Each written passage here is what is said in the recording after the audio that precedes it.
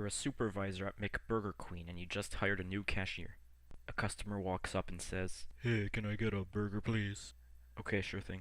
The cashier looks at the register to put the guy's order in, but doesn't know what he's doing. Remember, it's his first day on the job. So he calls you, the supervisor, to help.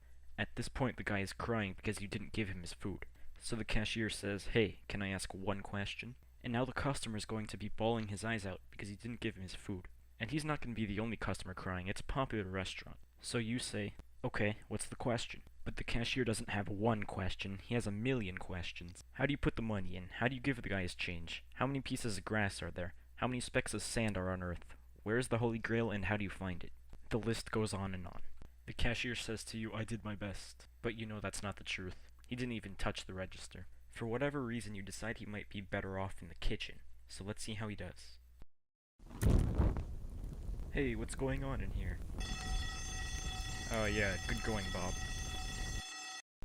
"Oh, I'm sorry, boss, I didn't mean to." "Ah, it's okay, you'll do better next time, no worries." But Bob knows he really messed up that time. One day as Bob is going home after his shift, he sees poop on the floor. Someone had actually pooped in plain sight under a table. So he comes back the next day, only to see that the poop is still there. So Bob goes to your office to tell you what happened.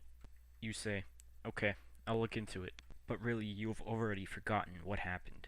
As Bob is leaving that day, he sees that the poop is still there. So he comes back to your office to complain.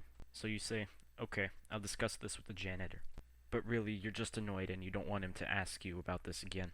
Then he says, "I have no respect for myself or you, so cheers." Alright, take care. You're just glad he's out of your sight.